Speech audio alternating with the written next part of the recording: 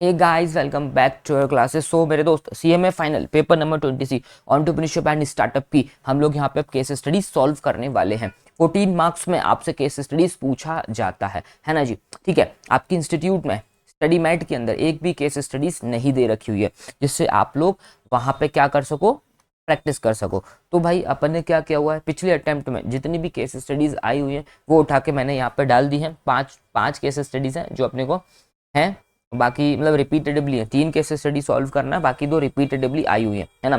दिसंबर 24 की है, ठीक है जी, और उससे पहले की भी है, जून 24 की भी डाली हुई है ना। आपके जो मॉक टेस्ट पेपर में जो आई हुई है केस स्टडी, वो भी मैंने यहाँ पे डाली हुई है। ये अपना दिसंबर 23 अटेम्प्ट में आई हुई है ना।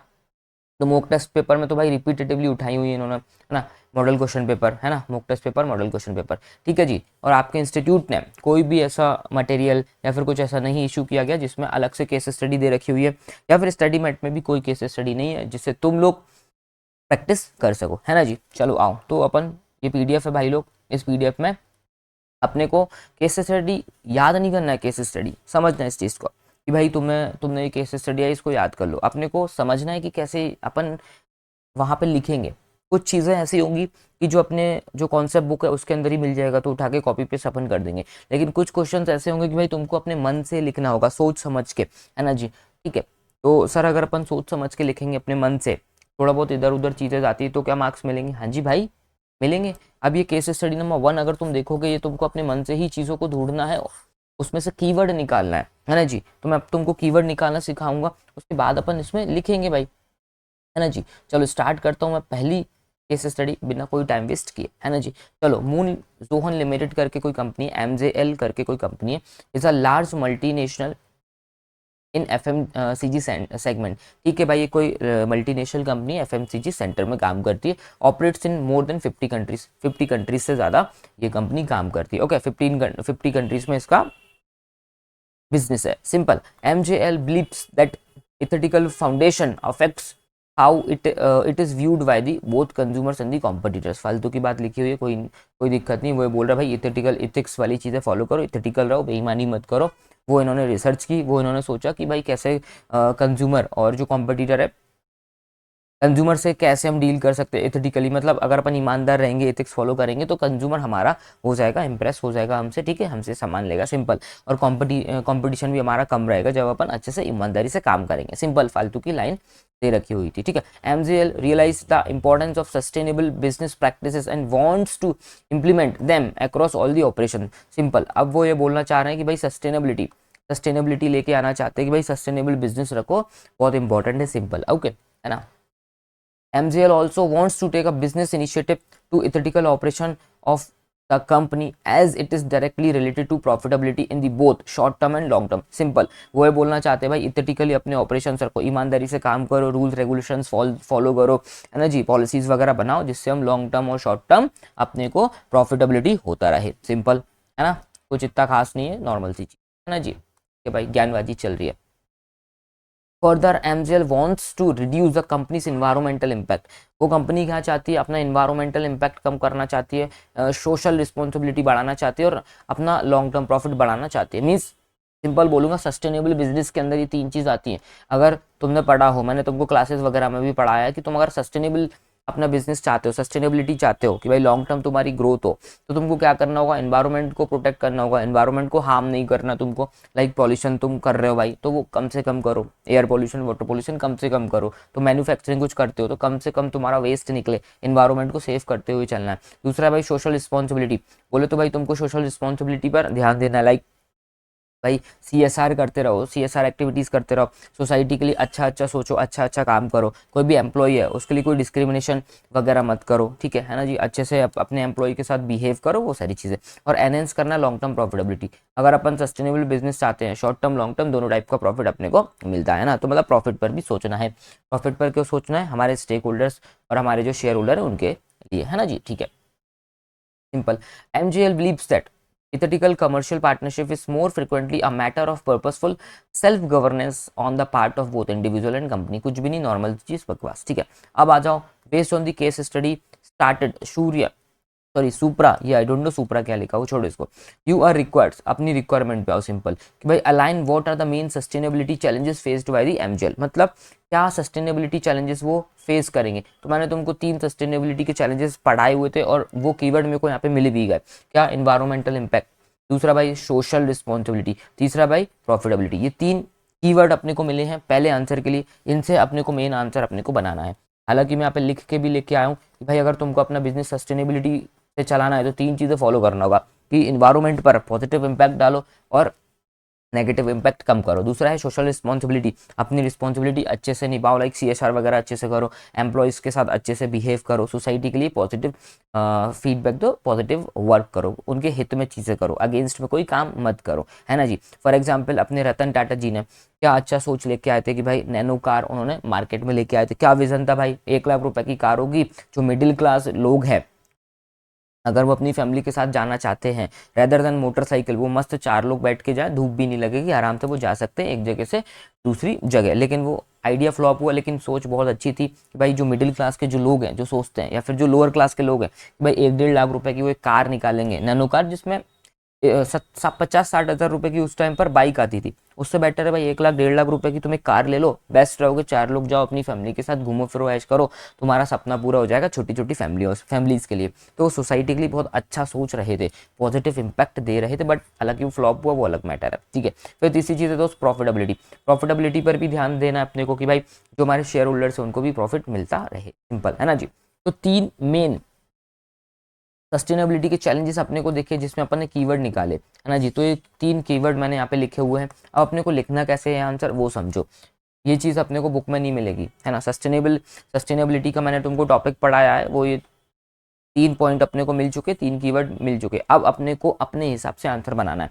पहले मैंने क्या बनाया, पहले का जो आंसर है कि the main sustainable challenges faced by MJL limited are, तो उसके अपने ये लिखा, उसके बाद अपने को लिखना पहला पॉइंट इन्वायरमेंटल इम्पैक्ट, अपने यहाँ से उठाया ना दोस्त, इन्वायरमेंटल इम्पैक्ट, पहला सस्टेनेबल चैलेंज इन्वायरमेंटल इम्पैक्ट, दूसरा भाई सोशल रिस्पॉन्सिबिलिटी, तीसरा है प्रॉफिटेबिलिटी। ये 3 चैलेंजेस इनको फेस करने पड़ेंगे। अब इन्वायरमेंटल इम्पैक्ट के अंदर तुम अपने मन से जो भी चाहो लिख सकते हो कि भाई कि उनको पॉल्यूशन कम करना चाहिए, एयर पॉल्यूशन, वाटर पॉल्यूशन, उनको वेस्ट बहुत कम करना चाहिए, है ना जी, पॉजिटिव इंपैक्ट डालना चाहिए। अपने मन से आपको जो भी लिखना है लिख सकते हो, ठीक है। तो मैंने क्या लिखा हुआ है, मैं लिख के आया हूँ कि भाई MJL wants to reduce environmental impact, they have to handle issues like plastic waste, emission और energy consumption pollution। सिंपल, आप अपनी लैंग्वेज में लिखो कि भाई उनको अपना पॉल्यूशन कम से कम करना चाहिए, वेस्ट कम से कम निकालना चाहिए, ठीक है, रिन्यूएबल एनर्जीज का उन्हें यूज़ करना चाहिए, है ना जी, नेगेटिव इंपैक्ट नहीं डालना है हमारे इन्वायरमेंट पर। सेकंड पॉइंट क्या भाई, सोशल रिस्पॉन्सिबिलिटी। तो मैं इसमें क्या लिख सकता हूँ सोशल रिस्पॉन्सिबिलिटी के अंदर, company is trying to be more socially responsible, ठीक है, which means generating employment, ensuring fair working condition for employees और सपोर्टिंग कम्युनिटीज। तो आप अपने मन से लिख सकते हो सोशल रिस्पॉन्सिबिलिटीज के अंदर कि भाई they should treat properly with their employees, okay, they should generate more and more employment, okay, they should hire local labor, ठीक है, simple, okay, or they should behave properly with the employees, sorry, okay, simple, okay, they should not do any kind of discrimination with the hiring process. ऐसा लिख सकते हो social responsibility के अंदर, जो मना है सोशल रिस्पॉन्सिबिलिटी से रिलेटेड, सोसाइटी से रिलेटेड, पीपल से रिलेटेड आप लिख सकते हो। तीसरा भाई प्रॉफिटेबिलिटी, प्रॉफिटेबिलिटी में क्या लिखना है, company should work for long term profit by building trust on the customers और कंज्यूमर्स। सिंपल, अगर तुम लॉन्ग टर्म मार्केट में टिकना चाहते हो तो तुम्हें अपना अच्छा खासा फेथ दिखाना होगा, ट्रस्ट दिखाना होगा अपने कस्टमर्स के लिए, कंज्यूमर्स के लिए, विश्वास दिखाओगे जब भी आपके पास लॉन्ग टर्म के लिए कंज्यूमर्स आएगा। अगर तुम कंज्यूमर को धोखा दे दो भाई कि तुमने बोला कि भाई 1 ईयर की वारंटी है किसी भी प्रोडक्ट की, लेकिन तुम वो 6 महीने बाद प्रोडक्ट लेके आ गया, तुम बोले हो कि भाई मैंने कोई वारंटी नहीं दी, मैं नहीं बदलने वाला, एक्सचेंज नहीं करने वाला, लड़ाई कर लो उस कंज्यूमर से, और उस कस्टमर से भाग जाएगा वो, ठीक है। तो जो रूल्स रेगुलेशन पे तुम अड़े हो, जुबान दी है तो उस जुबान की तुमको कीमत रखनी चाहिए, है ना जी। तो ये पहला आंसर मेरा यही बनेगा। अपने को एक लाइन लिखनी है कि the main sustainable challenges faced by the MJ limited are, पहला वाला इन्वायरमेंटल इंपैक्ट, उसके आगे 1-2 लाइन लिखना है, फिर सोशल रिस्पॉन्सिबिलिटी उसके आगे 2 लाइन लिखना है, उसके बाद प्रॉफिटेबिलिटी उसके आगे 2 लाइन लिखना है ना जी। ऐसे करके तुम्हारा पहला आंसर कंप्लीट हो जाएगा, ठीक है। अब इन्होंने क्या लिखा हुआ उस पर दिमाग मत लगाना ज़्यादा कि भाई मेरे को यही वाला आंसर याद करना, नहीं भाई, तुम अपने मन से लिखो चलेगा, तुम अपने कीवर्ड से लिखो चलेगा, कोई दिक्कत नहीं है। अगर तुमको रट्टू तोता बनना है तो फिर क्या बात थी, ये याद कर लो उठा के, कोई मैटर ही नहीं है फिर, है ना जी। अब दूसरी चीज़ आती है सर नंबर मिलेंगे क्या, क्यों नहीं मिलेंगे, मैं वो पूछ रहा हूँ। केस स्टडी का मतलब होता है बेटा अपना एनालिसिस करो और अपना आंसर दो, है ना जी, अपना एनालिसिस करो और अपना आंसर दो। और अगर कोई भी चीज़ स्टडी मैट के अंदर कोई भी आंसर दे रखा हुआ है, मैं तुमको बताऊंगा कि क्या क्या चीज़ें अपने बुक के अंदर दे रखा है, तो वहां से आप अपने मेन मेन पॉइंट उठा लो, उसके अंदर तुम अपना मिक्स मसाला जो भी भरना है भर सकते हो, कोई दिक्कत नहीं है ना जी। सेकंड वाला क्वेश्चन क्या कहता है, append some strategies that MJL can use to overcome these challenges. Means अब ये 3 चैलेंजेस हैं कि भाई इन्वायरमेंट का इम्पैक्ट, सोशल रिस्पॉन्सिबिलिटी और प्रॉफिटेबिलिटी, इन चैलेंजेस को ओवरकम करने के लिए कुछ सॉल्यूशंस दे दो। भाई इन्वायरमेंट पे हम गंदा इम्पैक्ट मार रहे हैं तो हम उसके लिए क्या कर सकते हैं, तो अपने पास 3 इसके सॉल्यूशन है मैं लेके आया हूँ। पहले एक हेडिंग लिखेंगे अपन कि MJL can overcome from this challenges through the following strategies. कुछ फॉलोइंग स्ट्रेटजीज बता रहा हूँ, ये आप यूज करो। तो अब ये जो 3 प्रॉब्लम्स है, इन्वायरमेंटल चैलेंजेस, सेकंड वन क्या भाई सोशल रिस्पॉन्सिबिलिटी, और तीसरा चीज़ है प्रॉफिटेबिलिटी, इन 3 चीज़ों के लिए हम क्या क्या सॉल्यूशंस निकाल सकते हैं। तो पहला क्या बोला भाई, अडॉप्ट करो ग्रीन मैन्युफैक्चरिंग। मीन्स अपन रिसाइकलिंग वाली चीज़ें यूज़ करो, प्लास्टिक वगैरह मत यूज़ करो, टिश्यू पेपर्स यूज़ करो जो कि रिसाइकिल हो जाए। इको फ्रेंडली रॉ मटेरियल लेके आओ, इस टाइप से आप कुछ भी लिख सकते हो। आपके मन में इन्वायरमेंट को प्रोटेक्ट करने के लिए कोई भी चीज़ आती है वो आप लिख सकते हो। फिर दूसरा भाई वेस्ट मैनेजमेंट प्रोग्राम या फिर वेस्ट मैनेजमेंट सिस्टम बनाओ कि भाई जो भी तुम्हारा वेस्ट है उसको तुम रिसाइकिल कर सकते हो, रिड्यूस रीयूज और रिसाइकिल कर सको। तीसरा renewable energy, you can use solar panel for electricity purpose. ठीक है, सिंपल, ये 3 चीज़ें। तो तुम अपने मन से 2 पॉइंट कुछ भी उठा के डाल देना चलेगा, इन्वायरमेंट को बचाने के लिए, इन्वायरमेंटल मतलब इन्वायरमेंट को बेनिफिट मिले। लाइक तुमने क्या हुआ, रिन्यूएबल एनर्जी का यूज़ कर रहे हो, इसका मतलब है कि इन्वायरमेंट को हार्म नहीं पहुंचा रहे हो, सिंपल है ना जी। फिर दूसरा और सोशल रिस्पॉन्सिबिलिटी, आप सीएसआर एक्टिविटीज़ कर सकते हो, आप गरीबों को खाना खिला सकते हो, एजुकेशन प्रोवाइड कर सकते हो गरीब बच्चों को, है ना, रूरल एरियाज़ में आप एजुकेट कर सकते हो, है ना। फिर लोकल एम्प्लॉयमेंट, मतलब आप लोकल जो लेबर उसको आप हायर करो जिनसे उनको एम्प्लॉयमेंट जनरेट हो सके। फिर सपोर्ट करना अपने को वुमेन एम्पावरमेंट। तो आप सोशल रिस्पॉन्सिबिलिटी से रिलेटेड चीज़ें लिख सकते हो, है ना जी। तीसरा है प्रॉफिटेबिलिटी, प्रॉफिट अर्न करने के लिए हम क्या कर सकते हैं भाई, ट्रिपल लाइन बॉटम यूज कर सकते हो भाई। कि ट्रिपल बॉटम लाइन मैंने तुमको पढ़ाया था कि भाई पीपल के बारे में सोचो, प्लेनेट के बारे में सोचो और प्रॉफिट के बारे में सोचो। सिंपल है कि तीनों चीज़ों को हार्म ना हो। पीपल बोले तो हमारी सोसाइटी, ठीक है, पीपल बोले तो सोसाइटी, पीपल बोले तो सोसाइटी, प्लेनेट बोले तो हमारा इन्वायरमेंट, प्रॉफिट बोले तो हमारा प्रॉफिट और stake holder. Simple, triple bottom line use करो कि भाई तीनों चीज़ों को सेव करते हुए आगे बढ़ो, है ना जी। दूसरा इनोवेशन लेके आओ, नई नई टेक्नोलॉजी का यूज़ करो, कॉस्ट को कम से कम करने की कोशिश करो। तो लिख सकते हो कि भाई हम कॉस्ट जितना मिनिमम से मिनिमम कॉस्ट करो, ऑप्टिमम यूटिलाइजेशन ऑफ रिसोर्सेज करो, इनोवेशंस का यूज़ करो, नई नई एडवांस टेक्नोलॉजी का आप यूज़ करो जिससे कॉस्ट कम हो सके, है ना, और हमारा प्रॉफिट बढ़ेगा। तो आपको अपने मन से इन 3 पॉइंट्स के अंदर बोलो, कीवर्ड मैंने दे दिया इन्वायरमेंटल चैलेंजेस। तो चैलेंजेस के अंदर हम क्या लिख सकते हैं भाई कि हम क्या क्या सॉल्यूशन लेके आ सकते हैं। दूसरा सोशल रिस्पॉन्सिबिलिटी की सोसाइटी के लिए हम क्या क्या कर सकते हैं अच्छा चीज़। तीसरा प्रॉफिटेबिलिटी, प्रॉफिट अर्न करने के लिए हम क्या कर सकते हैं भाई, इनोवेटिव और नई नई टेक्नोलॉजीज का यूज़ कर सकते हैं, एडवांस्ड सॉफ्टवेयर का यूज़ कर सकते हैं और कॉस्ट को कम कर सकते हैं, है ना जी। ठीक है, तो ये मेरे 2 आंसर्स बन चुके हैं, इनका आंसर पढ़ने की रिक्वायरमेंट नहीं है आपको, है ना जी। फिर तीसरा क्या बोला है, as a management accountant advice करना है मून जोहन लिमिटेड को on how matching business ethics with the best practices makes a world class company in the corporate world. Means किस तरीके से, एक सिंपल वे में बोलूंगा कि किस तरीके से हम इथेटिकली मार्केट में काम करें, किस तरीके से हम अपनी पॉलिसीज रूल्स रेगुलेशंस बनाएं और बहुत अच्छे रूल्स रेगुलेशंस बनाएं जिससे हमारी वर्ल्ड क्लास कंपनी बन जाए। एग्जाम्पल देता हूँ रतन टाटा जी का। टाटा कंपनी बहुत इथिकली काम करती है, वो अपने एम्प्लॉयज को कभी नहीं निकालती, समझना, वो अपने एम्प्लॉयज को कभी नहीं निकालती, और कोई एम्प्लॉय छोड़ के जाता है तो वापस से उसी एम्प्लॉय को वो कभी हायर नहीं करती, उसकी रूल है, उसका पॉलिसी। तो वो इथिकली वर्क कर रही है कि मैं कोई भी एम्प्लॉय को फायर नहीं करूंगा, है ना जी। तो इथिकली वो काम कर रही है। रूल्स रेगुलेशन की बात करें भाई, गवर्नमेंट को जीएसटी अच्छे से टाइम पे करना, इनकम टैक्स बरोबर पे करना, करप्शन वगैरह बिल्कुल नहीं करते, मतलब बहुत पॉजिटिव सोच के साथ वो लोग आगे बढ़ते हैं, है ना जी। तो इथेटिकली किस तरीके से हम काम करें, हम टॉप क्लास कंपनी बन सके, वो ये बोलना चाह रहा है ना जी। हम इथेटिकली किस तरीके से काम करें मार्केट में जिससे हम टॉप की कंपनी बन सके। तो मैंने कुछ कीवर्ड इनके आंसर से मेरे को उठाना था, ये 4th वाला पॉइंट को काट देना, कुछ भी नहीं, पूरा आंसर एक ही है ना जी। ठीक है, क्या बोलना चाह रहे हैं वो अपने से, हम किस तरीके से इथेटिकली काम करें मार्केट में। तो सबसे पहली चीज़ क्या बोलेंगे हम, कुछ कुछ कुछ कुछ ये मैंने आंसर बना के लेके आए हूँ कि अपन अपने मन से लिखेंगे कि हम इथेटिकली किस तरीके से काम करें, वर्ल्ड क्लास की कंपनी बन सके। तो सबसे पहली चीज़ मैं बोल सकता हूँ इथिक्स। तो आप अपने मन से लिख सकते हो कि हमें इथिक्स फॉलो करना चाहिए, रूल्स रेगुलेशंस पॉलिसीज़ को फॉलो करें, ट्रस्ट बिल्ड करें हम एम्प्लॉयज़ के ऊपर, और हमारे कस्टमर को हम हमारा ट्रस्ट बिल्ड करवाएं ना, बहुत अच्छी रूल्स रेगुलेशंस पॉलिसीज हो जिससे हमारा एम्प्लॉयज़ और हमारे कस्टमर सेटिस्फाइड रहें। और कोड ऑफ इथिक्स का नॉर्मल वही मतलब है कि भाई रूल्स रेगुलेशंस बनाना है, ठीक है। तो कोड ऑफ इथिक्स बोल सकते हो आप या फिर इथिक्स बोल सकते हो। तो इनके बेसिस पे अपने को लिखना है। क्या लिख सकते हैं हम? By matching business ethics with best practices, MGL can build a strong foundation for a sustainable growth, global trust and a long term profitability. Means हम लिख सकते हैं if MGL is following the ethics, है ना, then they can sustain in a market or can achieve a rapid growth or can build a trust on the employees and can earn a long term profit। Simple, ये अपन एक line बना के लिख सकते हैं। और उसके नीचे क्या लिखेंगे? Company has to follow the कुछ पॉइंट्स, कंपनी को कुछ पॉइंट्स फॉलो करने चाहिए, कुछ चीज़ें फॉलो करना चाहिए अपना एथिकली वर्क करने के लिए। सबसे पहले बोला कोड ऑफ एथिक्स आप फॉलो करो, ठीक है। आपको क्या करना चाहिए? आपको ट्रांसपेरेंसी रखना चाहिए, अकाउंटेबिलिटी रखना चाहिए। तो आप इस टाइप से लिख सकते हो पॉइंट कि they should establish a code of ethics, rules regulations बनाओ कंपनी को चलाने के लिए, अच्छे रूल्स एंड रेगुलेशन। प्रमोट करना इंटीग्रिटी, ईमानदारी को प्रमोट करो कि सब लोग ईमानदार हो, बेईमानी का काम नहीं करना। ट्रांसपेरेंसी रखो कि जितना कमाया अपने शेयर होल्डर को प्रॉपर बताओ कि हमने इतना कमाया, ऐसे फेक फाइनेंशियल्स नहीं बनाना है। अकाउंटेबिलिटी, कुछ गलती करते तो हम जिम्मेदारी हमें लेना है। तीसरा है कि ट्रेन करो एम्प्लॉइज़ को regularly on ethical behaviour and decision making. तुम बैंक में जाते हो, बहुत सारे एम्प्लॉइज होते हैं अच्छे से बात नहीं करते हैं ना जी, बहुत सारे बैंक्स का नाम ऐसे ही डुबाया जाता है क्योंकि एम्प्लॉइज अच्छे से बात नहीं कर रहे।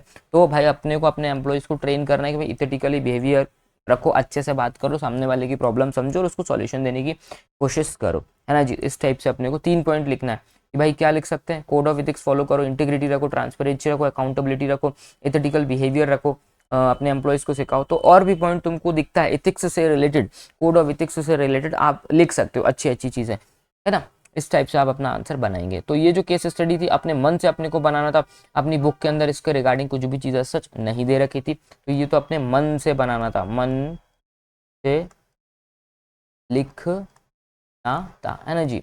इसको अपने मन से लिखना था। मे भी पॉसिबल ऐसी केस स्टडी आ जाए कि आपको अपने मन से लिखना पड़े, तो अपने को रिलेटेड पहले कीवर्ड ढूंढना है कि क्या क्या कीवर्ड हो सकते हैं, उसके बाद अपने को कंटेंट लिखना है। इतने तो अपन माहिर हैं भाई लोग, बीकॉम कर चुके हो तुम लोग या फिर फाइनल में हो बीकॉम के, इतने तो तुम हो कि भाई तुम 32 देने में पीछे नहीं हटोगे, है ना जी। चलिए नाउ नेक्स्ट क्वेश्चन है, ये शायद अपनी बुक के अंदर दे रखा है तो ऐसा दिक्कत नहीं है, अपनी बुक के अंदर जो जो चीज़ है तो अपन कॉपी पेस्ट कर देंगे। कीवर्ड कॉपी पेस्ट कर देना या फिर हेड पॉइंट कॉपी पेस्ट कर देना, अंदर का मसाला तुम तुम्हारे हिसाब से लिख सकते हो, है ना जी। ठीक है भाई, चलो आओ। हाँ ये भी अच्छा है, अपने मन से लिखना ईजी है, ये वाला भी अपने मन से लिखना ईजी है, लेकिन ये बहुत ईजी है ना जी, ईजी है, ईजी, ठीक है, बहुत ईजी है। मिस्टर अश करके है, अशोक अशो जो भी हो उनका प्रॉब्लम है ना, अपने को तो केस स्टडी पढ़ना है। एक सॉफ्टवेयर इंजीनियर है ये बंदा, एक सॉफ्टवेयर इंजीनियर है, पिछले 10 साल का इसको एक्सपीरियंस है, सॉफ्टवेयर वगैरह बनाता था, किसी कंपनी में जॉब करता था, ठीक है। अब ये चाहता है भाई, एक बार तुम पूरी रीड करना, मैं ऊपर ऊपर से तुमको इसकी कहानी बताता हूँ कि ये अपनी जॉब से बिल्कुल भी हैप्पी नहीं है, ठीक है, दुखी है, और वो खुद का कुछ नया चीज़ स्टार्ट करना चाह रहा है, ठीक है।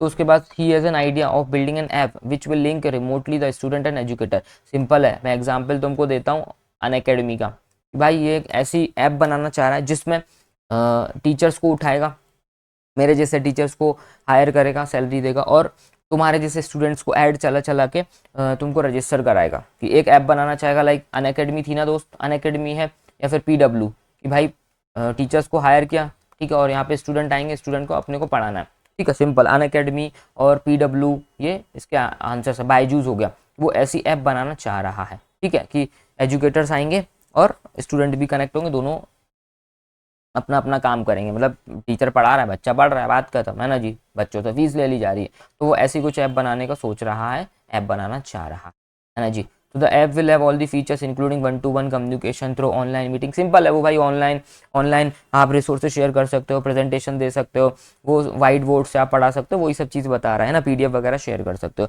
डाउट वगैरह आप ले सकते हो। Educational resources will remain in cloud, मतलब सारी चीज़ें ऑनलाइन क्लाउड पर रहेगी। जैसे मेरे जो लेक्चर्स होते हैं ना, अगर आपने मेरी क्लासेस बाई की हुई है ना, तो वो जो मेरे लेक्चर से क्लाउड पे अपलोड होता है, उसके बाद तुम तक पहुंचता है है ना। ऐसा नहीं कि मेरे लैपटॉप से ही तुम्हारा कनेक्शन है कि तुम मेरे लैपटॉप तक मैंने एक्सेस दिया हुआ है, कुछ भी नहीं दिया हुआ है।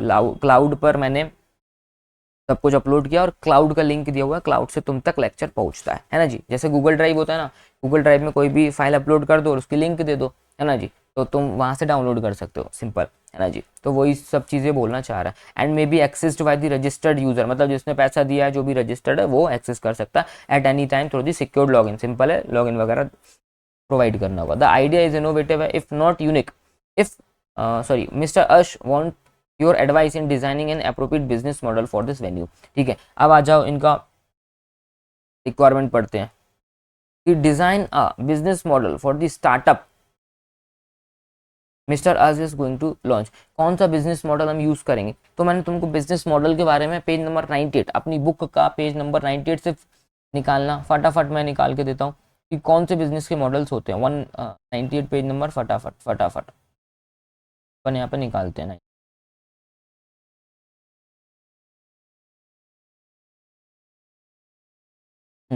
ये दे रखे हुए हैं 98 पेज नंबर पर, थोड़ा सा जूम करेंगे। कौन कौन से बिजनेस के मॉडल्स होते हैं, कौन कौन से बिजनेस के मॉडल होते हैं, तो market place model, on demand model, disintermediation model, subscription model होता है, फ्रीमियम मॉडल होता है, वर्चुअल गुड्स मॉडल होता है, रीसेल मॉडल होता है। तो अगर तुम ऐप बना के कोई भी चीज़ बेच रहे हो तो तुम सब्सक्रिप्शन बेस्ड मॉडल यूज़ कर सकते हो और फ्रीमियम बेस्ड मॉडल यूज़ कर सकते हो। इन दोनों में से कोई भी एक मॉडल आप यूज़ कर सकते हो और इन दोनों पे अपने को अब आंसर लिखना होगा। सब्सक्रिप्शन बेस्ड बोले तो किस टाइप से, भाई तुमसे 6 महीने का पैसा ले लिया कि भाई तुमको फॉर एग्जाम्पल CMA फाइनल की कोई तुमने क्लास ली हुई है ना जी, तो 6 मंथ के लिए तुमको वैलिडिटी दे दी है, जितना भी कंटेंट है तुम एक्सेस कर सकते हो, ठीक है जी, उस टाइप से।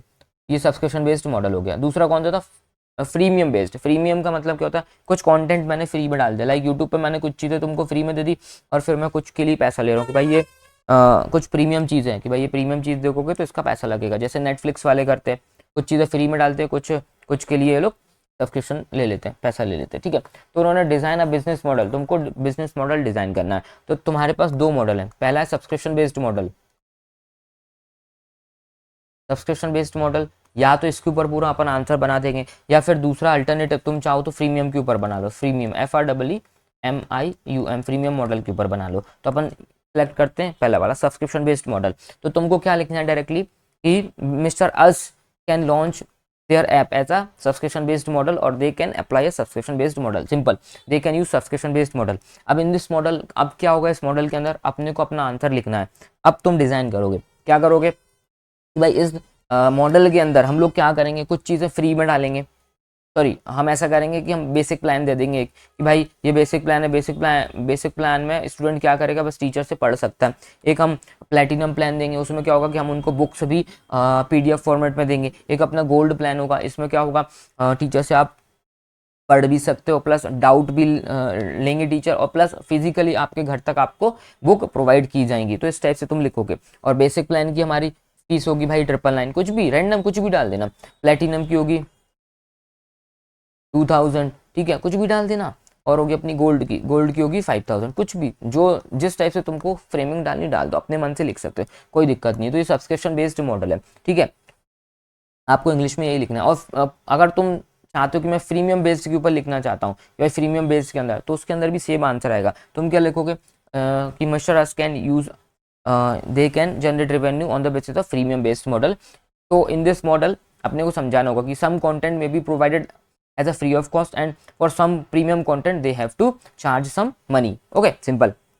और in that in freemium model we have a basic model, तो बेसिक में डाल देना कि lectures are provided for free of cost but for doubt purpose they have to take a plan, okay. और in premium sorry in platinum plan कि भाई इन platinum में क्या किया जाएगा, अपन को लेक्चर भी दे दिया जाएगा और फिजिकल बुक भी दे दिया जाएगा और आपके डाउट्स भी हम सॉल्व कर लेंगे, ठीक है। इस टाइप से आप कर सकते हो। गोल्ड में क्या किया जाएगा भाई, गोल्ड में सब कुछ दे दो भाई, लेक्चर भी देखो, ठीक है, और फिजिकल बुक भी जाएगी, सिंपल। तो प्रीमियम भी आप इस टाइप से बना सकते हो। अब इसको तुम पढ़ना तो तुम्हें और अच्छे से क्लैरिटी आएगी भाई बिजनेस मॉडल कौन सा ले सकते हो। तो since app will provide educational content in cloud and so blah blah blah blah blah subscription based model, इन्होंने डायरेक्टली बोला, तुम डायरेक्टली लिख देना कि भाई ये ऐप चालू करने वाले हैं तो सब्सक्रिप्शन बेस्ड मॉडल ये यूज़ कर सकते हैं। तो अब उसका तुमको प्लान बनाना है, ये बेसिक प्लान, तो इसमें कुछ भी लिख दोगी अपन रिकॉर्डेड लेक्चर दे सकते हैं, लाइव दे सकते हैं, इतने रुपए का प्लान होगा। फिर इन्होंने गोल्ड प्लान बनाया, तुम प्लेटिनम बना दो, गोल्ड बना लो, जो दिखे वही बना दो, उस हिसाब से अपने मन से जो जिस टाइप से तुमको लिखना है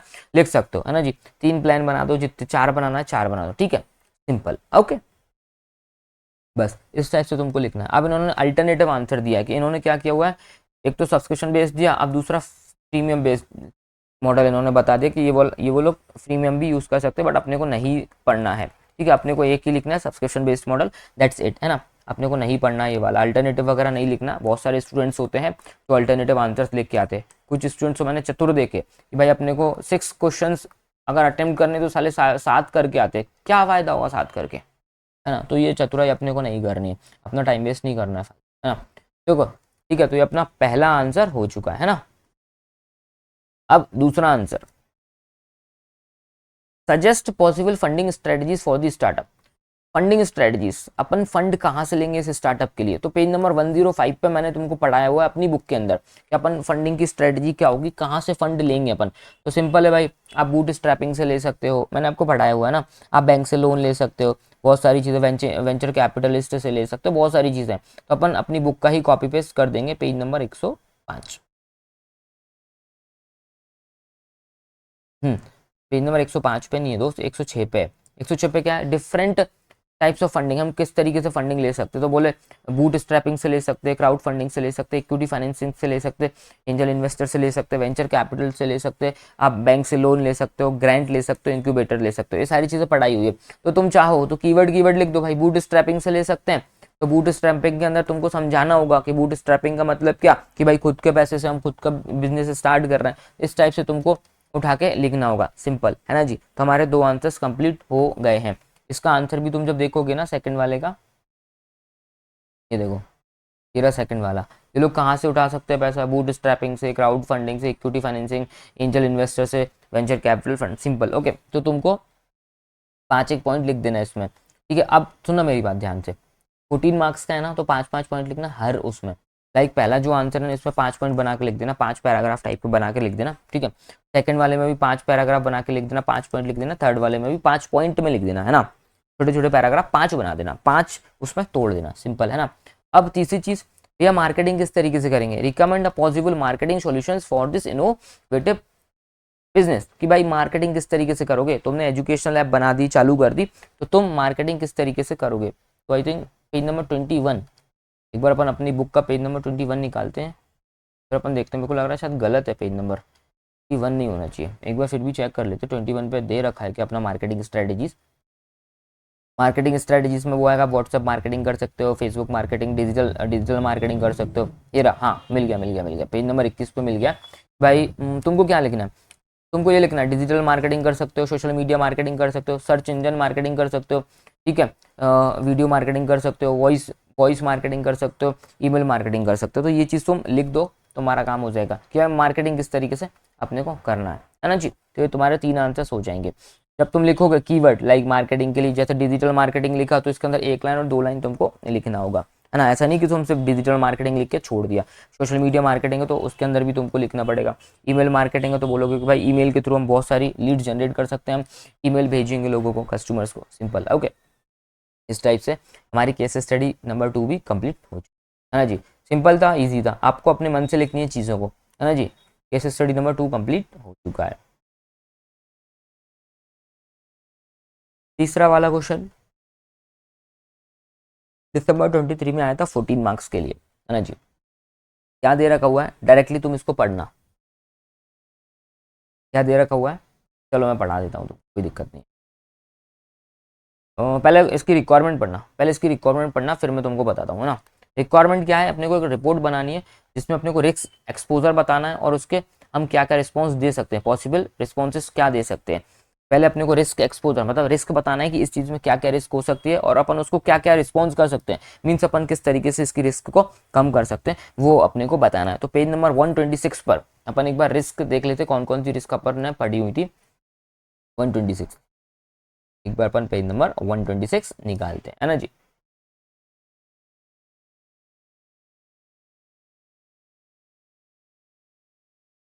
पेज नंबर 126 आजा भाई, बहुत दूर है पेज नंबर 1, पेज नंबर 126, ठीक है। अब टाइप्स ऑफ रिस्क है भाई, मार्केट की रिस्क हो सकती है, इंटरेस्ट रेट रिस्क हो सकती है, दिख रहा है तुमको, परचेसिंग पावर रिस्क हो सकती है, ठीक है, बिजनेस की रिस्क हो सकती है, फाइनेंशियल रिस्क हो सकती है, डिफॉल्ट रिस्क हो सकती है, ये सब चीज़ें पढ़ी हुई हैं अपन ने। इंटरेस्ट रेट रिस्क हो सकती है, री इन्वेस्टमेंट रिस्क हो सकती है, डिफॉल्ट रिस्क हो सकती है ना, ये चीज़ें अपन ने पढ़ी हुई हैं, बरोबर है। तो अब इन्होंने पूछा कि भाई रिस्क बताओ कौन कौन सी होंगी और इसके अपन क्या क्या एक्सपोजर्स देंगे, मतलब इनको कैसे हम कम कर सकते हैं, वो चीज़ अपने को बताना है। ये थोड़ा सा अपनी जो पीडीएफ है हैंग हो रही है, बट रुको पॉज करता हूँ वीडियो, फिर लेके आता हूँ। हाँ आ गई, कोई इशू नहीं, ठीक है। तो अपने को रिस्क निकालनी है, फिर उसके अपन क्या क्या एक्सपोजर, मतलब अपन कैसे कम कर सकते हो उस रिस्क को, वो बताना है। तो तुमको पढ़ना है, पढ़ो। PQR limited is a leading startup operating in a health care segment, एक कंपनी है हेल्थ केयर सेगमेंट में काम कर रही है। It has a healthy revenue stream and it's revenue and profit are growing at a rate of 10% per annum CAGR, ठीक है, इस हिसाब से ये चल रही है, ठीक है। मैं अब हाईलाइट करते जाऊंगा, कुछ कुछ पॉइंट बाद में बताऊंगा, है ना जी, ठीक है। The company is regularly procure medical equipment from USA on credit and by other suppliers from domestic supplier, simple. ये भाई इंडिया के बाहर से भी सामान खरीदती है और इंडिया के अंदर से भी खरीदती है, ओके। यूएसए से क्रेडिट पे सामान आता है, ठीक है। तीसरा वाला, the operations of the company are well integrated through modern technology and sophisticated information system, means नई नई टेक्नोलॉजीज के थ्रू ये लोग काम करते हैं। तीन चीज़ें हाईलाइट की हुई हैं यहाँ से, मेरे को कुछ कुछ रिस्क दिख रही हैं, बताऊंगा। The company is heavily dependent on some key managerial person for smooth running, मतलब कुछ एम्प्लॉयज़ के ऊपर हमारी कंपनी डिपेंडेंट है, सिर्फ कुछ एम्प्लॉयज़ के ऊपर, छोड़ के भाग जाएंगे तो कंपनी बंद होने के चांसेस हो सकते हैं, है ना जी, okay. The company is highly leveraged firm, company हमारी कौन सी फर्म है, लिवरेज्ड फर्म है। इट इन्वेस्ट करती है, सरप्लस पैसा अपना इन्वेस्ट करती है, बोथ में इक्विटी एंड डेट सिक्योरिटी, ठीक है, ये अपनी इक्विटी और डेट सिक्योरिटीज में क्या करती है, इन्वेस्टमेंट करती है। Company is expecting certain new regulation to came in place in near future, कुछ रूल्स रेगुलेशन आ सकते हैं फ्यूचर में। PQR Limited wants to introduce an enterprise risk management system to monitor the risk it is subject to and to come up with some effective solution to the same. The company has hired your consultancy firm, simple है, वो company चाहती है enterprise risk management system लगाना चाहती है और वो risk को मॉनिटर करना चाहती है। जब अपन नीचे पढ़ेंगे तो वो पूछना चाह रहे हैं कि एक रिपोर्ट दो, आपको बताना है सिंपल कौन कौन सी रिस्क इसके अंदर है, कौन कौन सी रिस्क कंपनी के अंदर है और इनसे हम कैसे बच सकते हैं, सिंपल, है ना जी। अब मैंने कुछ कुछ चीज़ें हाईलाइटेड की हुई है, तो देखो, यूएसए से ये लोग सामान खरीदते हैं, यूएसए से ये लोग सामान खरीदते हैं क्रेडिट पर, तो यहाँ पे होगी मेरी फॉरेन एक्सचेंज रिस्क, कि भाई आज मैंने सामान खरीदा, आज डॉलर की रेट है 100 रुपये, ठीक है, सामान खरीदा मैंने 100 रुपये की रेट से, मतलब डॉलर की रेट है 100 रुपये, लेकिन जब मैं पेमेंट करने गया तो डॉलर की रेट हो गई 110 रुपये, मतलब मेरे को क्या हुआ, जब मैंने सामान खरीदा तो मेरे को $10 उनको पे करना है, ठीक है, मैं बोला भाई कल दूंगा, एग्रीमेंट रहता है कि हम तीन महीने में हम लोग पेमेंट करेंगे। ये देखो क्रेडिट पे खरीदा मतलब उधार पे खरीदा हुआ है, भाई 3 महीने में पेमेंट करेंगे, 4 महीने में हमको $10 देना है, लेकिन आज डॉलर की रेट कितनी है, 100 रुपये, है ना जी, आज डॉलर की रेट है 100 रुपये, लेकिन अब 3 महीने के बाद डॉलर की कितनी रेट हो गई भाई 110 रुपये, तो मेरे को ये 10 रुपये का एक्स्ट्रा पे करना पड़ रहा है, इसको बोलेंगे foreign exchange foreign exchange risk, ये तुमने FR में SFM में पढ़ा हुआ है, तो ये फॉरेन एक्सचेंज की रिस्क हो चुकी है, ठीक है। तो ये मेरे को पहली रिस्क दिख गई। फिर दूसरी, हाँ ये मैं 10% पर एनम से पर ईयर ग्रो कर रहा हूँ, मेरी ग्रोथ 10% पर एनम हो रही, that means upon purchasing power की रिस्क बढ़ती चली जा रही है, मतलब हर महंगाई 10% से बढ़ती जा रही, तो यहाँ पे होगा अपना purchasing power risk, purchasing power risk, ठीक है। ये चीज़ अपने को ढूंढना पड़ेगा कि भाई 10% से हर चीज़ बढ़ती चली जा रही है, ठीक है। फिर अपन मॉडर्न टेक्नोलॉजी का यूज़ कर रहे हैं, तो अपनी कौन सी रिस्क हो सकती है भाई, कौन सी रिस्क हो सकती है दोस्त मेरे, टेक्निकल रिस्क हो सकती है, टेक्नोलॉजिकल TECHNOLOGICAL टेक्नोलॉजिकल रिस्क हो सकती है, ठीक है भाई, मॉडर्न टेक्नोलॉजी का यूज़ करें तो टेक्नोलॉजी का रिस्क हो सकता है, ठीक है। फिर की मैनेजरल पर्सन, कुछ बंदे ही हमारी कंपनी को चला रहे हैं, वो छोड़ के भाग गए तो दिक्कत हो जाएगी, तो यहाँ पे मेरी ऑपरेशनल रिस्क हो जाएगी, ऑपरेशनल रिस्क, तो ऐसे मेरे को रिस्क ढूंढना था, है ना जी, ठीक है भाई। और अपन रिस्क ढूंढेंगे। मेरी कंपनी एक कौन सी हाई लिवरेज्ड फर्म है, वो डेट और इक्विटी में पैसा लगाती है, तो अपन यहाँ पे दो चीज़ हो सकती है, फाइनेंशियल रिस्क, मेरा पैसा डूब ना जाए, फाइनेंशियल रिस्क हो जाएगी, और दूसरा हो जाएगा मेरा इक्विटीज में लगाते तो मेरा इक्विटी रिस्क हो जाएगा, है ना जी, इक्विटी का रिस्क हो जाएगा, सिंपल है ना जी, सिंपल है। अब और क्या रह गया, न्यू रेगुलेशंस आप लेके आते हो तो मैं बोल सकता हूँ रेगुलेटरी रिस्क हो जाएगी अपनी,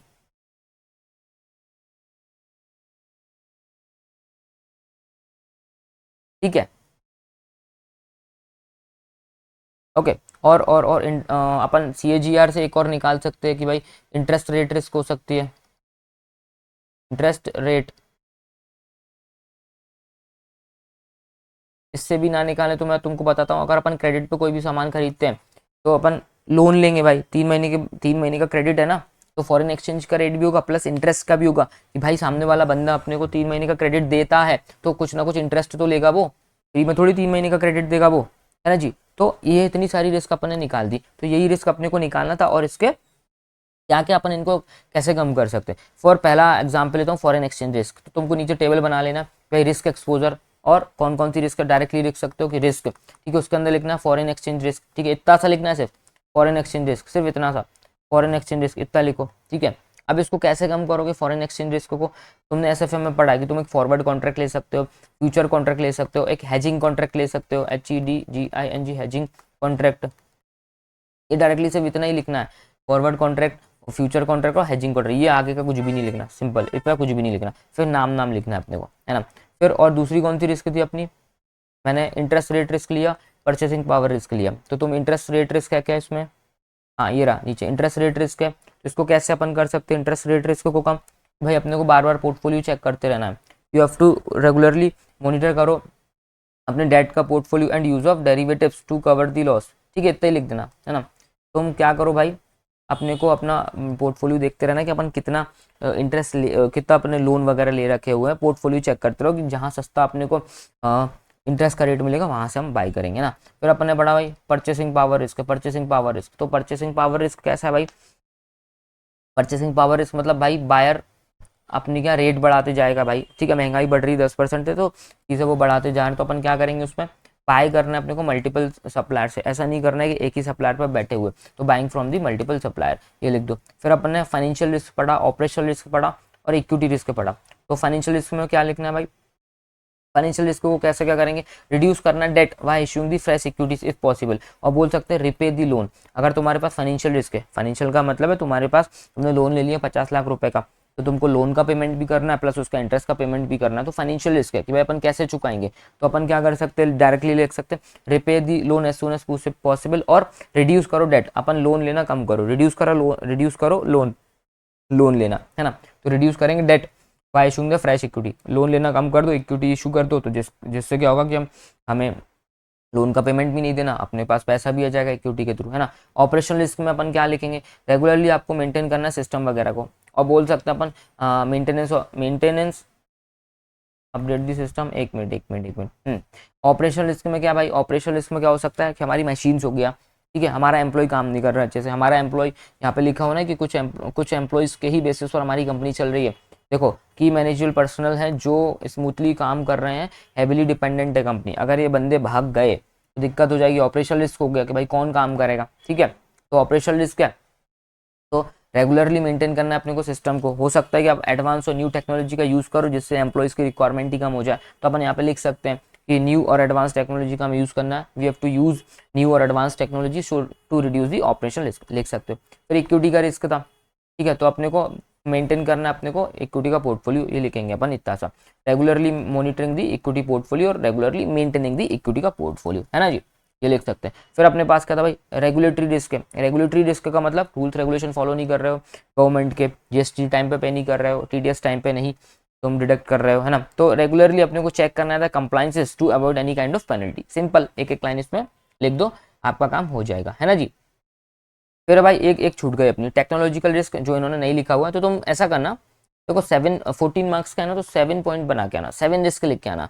अपने पास कितनी रिस्क है यहाँ पर, 1 2 3 4 5 6 7 रिस्क हैं, और एक और एक्स्ट्रा मैंने बताई तुमको टेक्नोलॉजिकल रिस्क, जो कि नीचे नहीं दे रखी हुई है, तो टेक्नोलॉजिकल भी रिस्क लिख देना तुम चाहो तो, भाई technological risk TECHNOLOGICAL technological risk, अब इसका रिस्क एक्सपोजर और रिस्क को कैसे हम कम करेंगे, तो सिंपल है भाई, अपने को टेक्नोलॉजी का रिस्क है तो अपने को न्यू और एडवांस सॉफ्टवेयर, एडवांस टेक्नोलॉजी का यूज़ करना है, अपडेट करते रहना है बार बार सॉफ्टवेयर को और सिस्टम को, तो अपन टेक्नोलॉजिकल रिस्क से बच जाएंगे, है ना जी। ठीक है भाई, आओ एक और क्वेश्चन है, क्वेश्चन नंबर 4 है, ये अपने को मॉडल क्वेश्चन पेपर में आया हुआ था। ये क्वेश्चन भी अपने को अपने मन से लिखना है, अपने अपने मन से लिखना है ना, अपने वर्ड्स में लिखना होगा, है ना जी। चलो आओ, तो इसको तुम पढ़ो, क्या है, एक अच्छी खासी केस स्टडी दे रखी हुई है। चलो आ जाओ पढ़ते हैं कि गवर्नमेंट ने प्लान किया हुआ है strategic disinvestment of state road transportation corporation in a phased manner why allowing some private companies to ferry buses on market route. Simple, देखो बताता हूँ, एक बोल सकता हूँ, एक ये सिटी है और एक ये सिटी है, ठीक है, इसके बीच में गवर्नमेंट अपनी बसेस चलाती है, गवर्नमेंट अपनी बसेस चलाती है, तो गवर्नमेंट क्या चाह रही है कि भाई इन बसेस को मैं बेच दूँ, यहाँ पे अपना इन्वेस्टमेंट हटा दूँ, डिसइन्वेस्टमेंट कर दूँ कि भाई अब अपने को अपनी बसें नहीं चलाना, प्राइवेट जो प्लेयर हैं, प्राइवेट लोग अपनी खुद बस चलाएं, हम हमारी बसेस नहीं चलाना चाह रहे हैं। क्यों नहीं चलाना चाह रहे हैं, वो बोलते हैं आउटरेज्ड वर्कर्स, ठीक है, रुको रुको रुको, क्यों नहीं चलाना चाह रहे हैं वो मैं तुमको बता देता हूँ, इसका रीज़न क्या दे रखा हुआ है।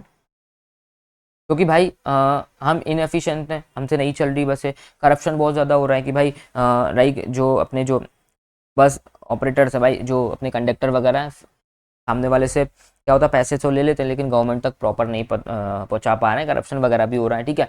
डिटरेशन इन अ क्वालिटी ऑफ सर्विस, ये क्वालिटी भी अच्छी नहीं दे पा रहा है क्योंकि गवर्नमेंट है, अच्छी सर्विसेज नहीं दे पा रहा है, तो गवर्नमेंट चाहती है बंद करना। लेकिन जो outraged workers have called a strike against the move, जो वर्कर्स हैं लाइक जो यहाँ पे काम करने वाले ड्राइवर होगा, ठीक है, एक अपना कंडक्टर होगा, ठीक है, और एक और बंदे होंगे जो बसेस पे काम करते हैं, फिर इस जो रूट पे जो गवर्नमेंट के जो एम्प्लॉयज़ लगे होंगे उनको दिक्कत होने लगी कि भाई ये लोग अपनी जो बसेस हैं वो बंद कर देंगे तो हमारा क्या होगा, तो वो लोग स्ट्राइक करने लगे कि नहीं नहीं नहीं नहीं नहीं, तो बसेस बंद मत करो, हमारा क्या होगा, प्लीज़ प्लीज़ प्लीज़ मत करो, स्ट्राइक करने लगे।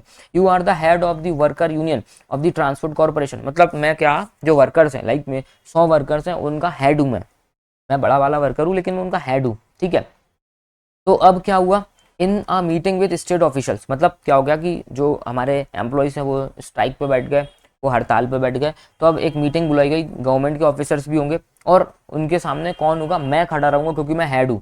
मैं कौन हूँ, हेड हूँ, मैं हेड हूँ, देखो आगे बताएंगे ये लोग, ठीक है। They have informed you about the circumstances of inefficiency, corruption, deteriorating the quality of services to the commuters, मतलब क्या हुआ, गवर्नमेंट बोलती क्या, देखो यार हम अच्छी सर्विसेज नहीं दे पा रहे हैं, दिक्कत हो रही है, तो हम इसको बंद करना चाह रहे हैं, ठीक है। You are also presented the workers point of view, देखो मैं बताता हूँ क्या हुआ, इन्होंने एक मीटिंग बुलाई, उस मीटिंग में मैं था, ठीक है, उस मीटिंग में मैं था, मैं कौन हूँ, हेड हूँ भाई, किसका, वर्कर्स का हेड हूँ, ठीक है। तो मैं अपनी बात रखूंगा वर्कर के एंड से, वर्कर जो कहना चाहते हैं उनकी बात रखूंगा, और यहाँ पे ऑफिसर्स हैं गवर्नमेंट के, ठीक है, गवर्नमेंट के ऑफिसर्स हैं, वो बोल रहे हैं कि यार हम अच्छी सर्विसेज नहीं दे पा रहे हैं इसलिए हमको बंद करना है, तो अब मुझे वर्कर्स की बातें रखनी है इनके सामने, है ना जी। तो अभी हम लोग डिस्कशन चल रहा है हमारा, हमको डिस्कशन चल रहा है अभी, तो वर्कर का पॉइंट ऑफ व्यू मुझे रखना है और उनकी कंप्लेंट भी रखना पड़ेगा कि भाई वर्कर बोल रहे हैं कि यार ये साले गवर्नमेंट वाले लो पे स्केल, मतलब पैसा भी बहुत कम देते हैं और बहुत टाइम से तो हमारी सैलरी भी नहीं आई हुई है, और deadlock has occurred between the two parties, मतलब कि क्या हुआ, एक डेडलॉक हो गया कि ना तो ये वर्कर बोले तो वर्कर के एंड से मैं खड़ा हूँ, ना तो मैं मानने तैयार हूँ ना ये झुकने तैयार है, मतलब मैं बोल रहा हूँ नहीं बस बंद मत करो, बस चलेगी बस चलेगी, और इनको तुम सैलरी टाइम पे नहीं देते थे, लोगों को कम पैसा देते थे इसलिए लोग करप्शन करते थे, ठीक है, और ये ऑफिसर्स बोला नहीं नहीं नहीं प्लीज़ मान जाओ, तुम मान जाओ, और मैं बोल रहा हूँ मैं तो नहीं मानने वाला हूँ, तो दोनों के बीच में कोई झुकने को तैयार नहीं है, तो कुछ ना कुछ रास्ता भी नहीं निकल पा रहा है, ठीक है। अब क्या हुआ, देखो क्या बोला गया है, a deadlock has occurred between the two parties where no side is willing to lose, कोई झुकने तैयार नहीं, दोनों अपनी अपनी बात पे अड़े, गवर्नमेंट बोली मेरे को बंद करना है और हम बोल रहे हैं तुम बंद नहीं करोगे, तुम इनको पैसा वैसा सही टाइम पे नहीं देते, तुम पैसा देना सही से स्टार्ट करो तो बस अपने आप अच्छे से चलेगी। तो टू ब्रेक दी डेडलॉक, ये डेडलॉक को खत्म करने, मतलब एम्प्लॉयज़ की हड़ताल को खत्म करने और मेरे को समझाने, मेरे को सेटिस्फेक्शन दिलाने के लिए, भाई सेटिस्फाई हो जाओ, तुम पीछे हट जाओ, तुम पीछे हट जाओ, वो ये कहना चाह रहे हैं ना। तो जो official offers you a bribe and other perks to comply with the decision of privatization in a phased manner, मतलब अब क्या हुआ है, जो ऑफिसर्स हैं मेरे को पैसा देने, ब्राइब देने की कोशिश कर रहे हैं कि भाई तू मान जा, अगर जैसे मैं मान जाता हूँ क्योंकि मैं हेड हूँ, अगर मैं मान गया इसका मतलब है पूरे वर्कर्स को मानना पड़ेगा, है ना, क्योंकि उनका हेड मान गया, है ना जी, और हड़ताल हट जाएगी और हड़ताल बंद हो जाएगी, है ना जी। तो ये गवर्नमेंट के जो लोग हैं वो अपने को क्या देने वाले हैं, ब्राइब देने चाहते हैं और अदर पर्क्स, अदर कुछ बेनिफिट देके अपने को बहलाना फुसलाना चाह रहे हैं। State transport services are in a state of pale and there is कुछ भी नहीं दे रखा हुआ है। तो अब उनका इतना ही था, इतना ही अपनी केस स्टडी थी, ठीक है। एक बार और तुमको समझाता हूँ कि केस स्टडी क्या कहना चाह रही है, कि भाई गवर्नमेंट चाहती है कि इस रूट पे हम अपनी बसेस बंद कर दें, लेकिन गवर्नमेंट के जो एम्प्लॉयज़ हैं वो हड़ताल पे बैठे हुए हैं, स्ट्राइक करके बैठे हुए हैं, ठीक है। तो उनका हेड मैं हूँ, तो मैं अपने एम्प्लॉयज़ का पक्ष लेके गवर्नमेंट के साथ एक मीटिंग हो रही है, उसमें बैठा, गवर्नमेंट वाले बोल रहे हैं कि भाई देखो करप्शन वगैरह हो रहा है, हमको बंद करना है, लेकिन मैं हेड हूँ, तो मैं भी बोल रहा हूँ अपने वर्कर की तरफ से कि देखो करप्शन इसलिए हो रहा है क्योंकि तुम इनको कम पैसा देते हो और सैलरी इनको टाइम पे नहीं देते हो, इनकी बिल्कुल तरीके से प्रॉपर देखभाल नहीं करते हो हमारे एम्प्लॉयज़ की, इसलिए ये सब चीज़ें हो रही हैं। तो तुम ये सारी चीज़ें अच्छे से करो तो हमारे एम्प्लॉयज़ अच्छे से काम करेंगे, ठीक है। और इन दोनों की भी नोक जो हो गई, कोई झुकने तैयार नहीं है। तो ये गवर्नमेंट के जो ऑफिसर्स हैं ये मेरे को पैसा देने की कोशिश करे कि भाई कुछ ले दे के तुम शांत रखो, कुछ तुम पैसा ले लो, कुछ बेनिफिट ले लो और अपने एम्प्लॉयज़ को समझाओ और घर जाओ और ये स्ट्राइक वगैरह ख़त्म करो। तो अब यहाँ पे हमारी केस स्टडी खत्म हो गई। अब वो अपने को पूछते हैं क्वेश्चन कि identify the moral dilemma face by you. अब इस कंडीशन में अब अपन क्या करें कि भाई अगर मैं गवर्नमेंट से ब्राइब ले लूँ, हाँ तुम तो ले लोगे, तुम तो चाहते हो ना पैसा लेना, तो इसका मतलब क्या भाई अपने वर्कर के साथ अन्याय हो गया, अपन ने वर्कर का पक्ष नहीं दिया, अपन ने क्या किया, दोगलापंथी दे दी, किसके साथ, वर्कर के साथ। वर्कर अपने अच्छे खासे अपने पर विश्वास कर रहे हैं, अपन उनके लीडर हैं, मतलब वो विश्वास कर रहे हैं और अपन ने गवर्नमेंट से ब्राइब ले ली, कुछ कमीशन वगैरह ले लिया, कुछ पैसा खा के बैठ गए और इनके साथ धोखा कर दिया। तो वो पूछ रहे हैं कि क्या डिलेमा आप फेस कर रहे हो, आपके सामने क्या कंफ्यूजन आ चुकी है, आप किस डिलेमा में हो। तो आपको अपने मन से लिखना है कि अपने सामने एक मोरल डिलेमा है कि भाई ये डिलेमा है as an employ of the state corporation. मैं भी क्या एम्प्लॉय हूँ स्टेट कॉर्पोरेशन का, कैसे हूँ, देखो देखो दिखाता हूँ। एम्प्लॉय, ये कौन है, एम्प्लॉय बोलो वर्कर बोलो, ये गवर्नमेंट के हैं, ये स्ट्राइक पे बैठे हुए हैं और मैं भी एम्प्लॉय हूँ ना, मैं इनका लीडर हूँ ना, मैं इनका लीडर हूँ। लाइक 100 एम्प्लॉयज़ हैं तो 99 अंडर में है, एक को लीडर बनाया जाता है, एक को नेता बनाया जाता है जो कि जाएगा कमेटी से बात करेगा। तो जो नेता कौन है, मैं नेता हूँ, मैं भी तो एम्प्लॉय हूँ ना गवर्नमेंट का, है ना जी। तो अब मेरे को क्या लिखना है कि भाई देखो अगर मैं गवर्नमेंट के पॉइंट ऑफ व्यू से सोचूं, मैं एथिकल डिलेमा में हूँ। एथिकल डिलेमा मीन्स कि मैं कंफ्यूजन में हूँ कि गवर्नमेंट के साइड बोलूँ कि मैं एम्प्लॉय के साइड बोलूँ। तो मेरे को वो इनको समझाना है कि क्या डिलेमा में मैं फंसा हुआ हूँ, ना तो हाँ कर सकता हूँ ना मैं ना कर सकता हूँ। तो as an employ of state corporation, मतलब मैं एम्प्लॉय हूँ, ठीक है, I am in a dilemma, मैं एक डिलेमा में हूँ, मैं कंफ्यूजन में हूँ, whether to take a bribe and support government और नॉट। कि भाई मैं पहला डिलेमा, पहला दिक्कत क्या है कि मैं यार गवर्नमेंट को सपोर्ट कर दूँ क्या, पहली चीज़। तो फिर दूसरा पॉइंट क्या लिखना है अपने को, इफ आई एक्सेप्ट ब्राइब, अगर मैं ब्राइब लेता हूँ, then it will be monetary personal gain but it will be but it will impact on workers trust. Simple है भाई, देखो वर्कर्स ने मेरे को नेता बनाया फेथ रख के, विश्वास रख के कि ये व्यक्ति अच्छा है, लेकिन क्या लिखा हुआ है दूसरे पॉइंट में कि अगर मैं ब्राइव लेता हूँ, कमीशन लेता हूँ, other perks other benefit government से लेता हूँ, तो मैं अपने वर्कर्स का ट्रस्ट खत्म कर रहा हूँ और उनका जो विश्वास है वो मैं खत्म कर रहा हूँ, है ना जी। तो ये अपने को पूरा लिखना रहेगा एक पॉइंट में, ये मोरल डिलेमा में अपन इसमें अड़े हुए हैं। तो ये पॉइंट तुम चाहो डायरेक्टली लिख सकते हो, स्क्रीनशॉट लेना तुम स्क्रीनशॉट ले सकते हो, ये अपना मोरल डिलेमा में अपन अटके हुए हैं, है ना जी, बरोबर, ठीक है। अब दूसरा पॉइंट इन्होंने क्या पूछा हुआ है, analyse your roles and duties. अब वो पूछना चाह रहे हैं मेरे रोल्स ड्यूटीज क्या हैं और सम कोर्स ऑफ एक्शन अपने को सजेस्ट करना है और ये काट देना, एक्सप्लेन करो briefly about the scope of internal control. ये नहीं है आंसर में, पता नहीं कहाँ से लेके आए हैं, इसको काट देना, शायद मिस प्रिंट हो गया या फिर आपकी बुक में भी शायद मिस प्रिंट था, ये जो पेपर में आया हुआ है शायद, जो भी है इसका आंसर नहीं दिया है, इसको काटना है, ठीक है। तो मेरी रोल्स एंड ड्यूटीज़ क्या है, मैं गवर्नमेंट के एम्प्लॉइज हूँ तो मेरी रोल क्या है, मेरी ड्यूटीज़ क्या, वो मेरे को बताना होगा, है ना जी। तो मैं अपने रोल्स एंड ड्यूटीज़ में बता सकता हूँ भाई मेरे रोल क्या, मेरी ड्यूटीज़ क्या है। देखो अपने को लिखना है रोल्स और ड्यूटीज़ क्या क्या है, तो मेरा रोल और मेरी ड्यूटी क्या है एम्प्लॉइज़ के लिए, ठीक है। तो सबसे पहली चीज़ है safe guard the interest of the worker, मुझे अपने वर्कर्स का क्या करना होगा, सेफ गार्ड करना होगा इंटरेस्ट को, क्या, मुझे अपने वर्कर्स का विश्वास और उनकी जो बात है वो रखना होगा। Safeguard the interest of the worker, worker के हित में अपने को बोलना पड़ेगा। I have to work for the interest of the worker, क्योंकि उनका मैं नेता हूँ तो मुझे वर्कर के इंटरेस्ट में, उनके हित में उनके साथ देना होगा, है ना। तो मुझे ब्राइब वगैरह नहीं लेना होगा। सेकेंड थिंग, मेरा रोल और मेरी ड्यूटी क्या है, I will fight with the state corporation, state state transport corporation, मतलब मैं गवर्नमेंट के साथ फाइट करूंगा for the interest of the worker, worker के लिए खड़ा रहूंगा, उनके लिए मर जाऊंगा, उनके लिए ही मैं उनके फेथ में काम करूंगा, ठीक है। सेकंड वन है immoral to take bribe, I will adhere to my duties, मैं अपनी ड्यूटीज के साथ अड़ा रहूंगा, and will not break the trust और faith of the worker, that means I am not going to take any kind of bribe, मतलब ये मेरी रूल है और मेरा ड्यूटीज है ना जी, यूनियन लीडर के लिए, एज अ यूनियन लीडर मेरा रोल, मेरी रिस्पॉन्सिबिलिटीज, मेरी ड्यूटी है कि मैं ब्राइब ना लूँ, मैं अपने वर्कर, मैं जो मेरे साथी हैं उनके हित में रहूँ, है ना। तो ये मेरे रोल्स एंड रिस्पॉन्सिबिलिटीज़ थी, रोल्स रिस्पॉन्सिबिलिटीज़ और ड्यूटीज़। अब दूसरी चीज़ है कि suggest some course of action, अब ये पूरी सिचुएशन बनी हुई है, इसका क्या अपन कोर्स ऑफ एक्शन लेंगे, इसको भी अपने मन से लिखना है। तो अपन कोर्स ऑफ एक्शन मैं तुमको बता देता हूँ कि अपन क्या क्या कोर्स ऑफ एक्शन ले सकते हैं। अपन क्या कोर्स ऑफ एक्शन ले सकते हैं भाई, नेगोशिएट कर सकते हैं अपने ट्रांसपोर्ट ऑफिशियल्स के साथ, नेगोशिएट अपने मन से लिखना है दोस्त। नेगोशिएटिंग विद दी ऑफिसर्स, क्या लिखेंगे, नेगोशिएशन विद दी ऑफिसर्स, हम बोलेंगे कि भाई ऑफिसर्स आप बस बंद मत करो, क्वालिटी आप अच्छी दो, थोड़ा सा आप पे स्किल्स बढ़ा दो, सैलरी बढ़ा दो, हमारे वर्कर बहुत अच्छे से काम करेंगे, अच्छी सर्विसेज देंगे, नेगोशिएट कर लो इस चीज़ के ऊपर। दूसरी चीज़ है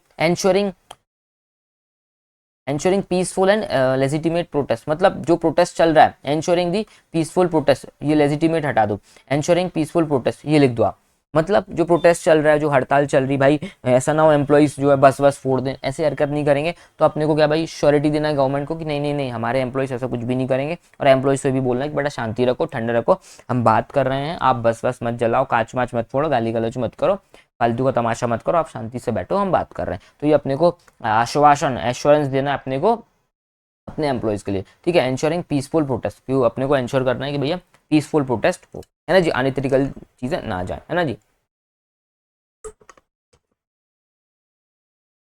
2 पॉइंट ये लिख देना, अपने मन से लिखना है दोस्त, जरूरी नहीं है कि इन्हीं का उठा के लिखे, अपने मन से लिख देना। Negotiating with the officers, ensuring the peaceful protest, ठीक है। इसके अंदर एक एक लाइन लिख देना भाई।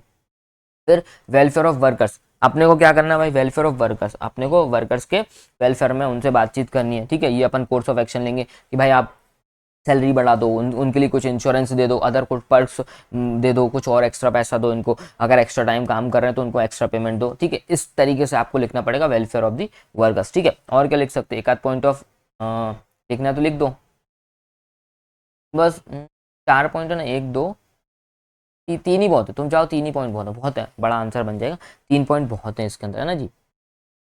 भाई नेगोशिएट करेंगे हम अपने ऑफिसर्स के साथ, पीसफुल प्रोटेस्ट हो और welfare of the workers, workers का वेलफेयर हो, अच्छे से बात हो, तो ये कोर्स ऑफ एक्शन हम लेंगे, है ना। उनसे मीटिंग में बात करेंगे कि भाई उनकी सैलरी वगैरह बढ़ा दो, सारा काम हो जाएगा। इस तरीके से मेरे कितनी केस स्टडीज हो चुकी हैं, 4 केस स्टडीज अपनी निपट चुकी है ना जी। तो 4 ही केस स्टडीज थी जो तुमको करना था। ओवरऑल तुमको समझ आया होगा अपने को किस तरीके से लिखना है, किस तरीके से अपने को कीवर्ड ढूंढना है, उसके बाद अपने को अपने मन से टॉपिक उठा के लिखना है। अब ये जो अपनी केस स्टडी नंबर 5 है, ये नंबरिंग थोड़ी सी मेरे से गलत होगी है, आपके पास जो बुक होगी उसमें नंबरिंग आई थिंक ठीक होगी, है ना जी। ये मॉडल क्वेश्चन पेपर में आया था December 24, रिपीटेटिव है, ये अपने को रिस्क एक्सपोजर निकालना है और पॉसिबल रिस्पॉन्सेज, ठीक है। ये सेम आंसर पढ़ा चुका हूँ मैं तुमको, है ना जी। और नेक्स्ट वन भी 6 वाली है ना, ये भी मॉडल क्वेश्चन पेपर में रिपीटेटिव आ रही है मोस्टली, तो है ना, ये भी अपने को रिस्क एक्सपोजर 2-3 बार ये क्वेश्चन पूछ चुके, है ना जी। तो ऐसे करके अपनी केस स्टडीज खत्म हो चुकी है। एक जनरल टर्म में आपको बोलूंगा, केस स्टडी में अपने को सिंपल है, क्या करना है दोस्त, अपने को केस स्टडी पढ़ना है, कीवर्ड निकालना है और कीवर्ड के ऊपर लिखना चालू करना है ना जी। एक चीज, अगर केस स्टडी अगर अपने को मन से लिखना है, मतलब अपनी बुक से रिलेटेड चीजें नहीं दिख रही हैं, अगर अपने बुक से रिलेटेड चीजें दिख रही हैं तो अपने मन में अपनी बुक खोलना भाई, कौन सा टॉपिक किस किस कीवर्ड से क्या कनेक्ट कर रहा है, तो उस हिसाब से अपने को लिखना है ना। और अपने मन से आप उसको लिख देना, कीवर्ड लिख देना, और बाकी अंदर का कंटेंट अपने मन से लिख देना, है ना जी। ये चीज था भाई आज का अपना केस स्टडी का सेशन। चलो एक यार बाय, कोई दिक्कत है, कोई प्रॉब्लम है, मेरे को बता देना दोस्त। और कोई भी सब्जेक्ट में कोई दिक्कत हो रही है तो वो भी आप मेरे को बता दीजिएगा, हो सकता है अपन कुछ लेक्चर वगैरह बना दे, ठीक है। अगर हो सकता है आपके पेपर जल्दी निपट जाए, लाइक तुम ये वीडियो देख रहे हो 15 दिन पहले अपने एग्जाम के, ठीक है। अब तुम सोचो कि सर को सजेशन नहीं देते, मेरे दोस्त दे देना सजेशन, हो सकता है तुम्हें कोई प्रॉब्लम है तो मैं नेक्स्ट अटेम्प्ट में कोई और स्टूडेंट है उसकी उस प्रॉब्लम को सॉल्व कर सकूँ। और कोई सब्जेक्ट है लाइक CFR स्टार्ट करने का सोच रहा हूँ मैं, है ना जी, तो मेरे को थोड़ा सा सजेशन देना, स्टार्ट करूँ नहीं करूँ। मैं हालांकि 50-60 आवर का बैच सोच रहा हूँ, सबसे छोटा बैच, जिससे आने वाले स्टूडेंट्स को थोड़ा सा फायदा हो सके, है ना जी। और हो सकता है तुम्हें भी फायदा हो जाए कि अगर तुम्हारा एग्जाम 6 महीने 1 साल बाद है तो हो सकता है तुमको भी हो। तो मेरे को थोड़ा बहुत सजेशन व्हाट्सएप पे जरूर देना, है ना। मेरा नंबर 7999931761, जो कि सबको पता है। चलो take care, bye bye, best of luck for your examination. कुछ भी दिक्कत लगे फ्रेंकली बड़ा भाई समझ के कभी भी कॉल या मैसेज कर सकते हो। Bye bye, take care.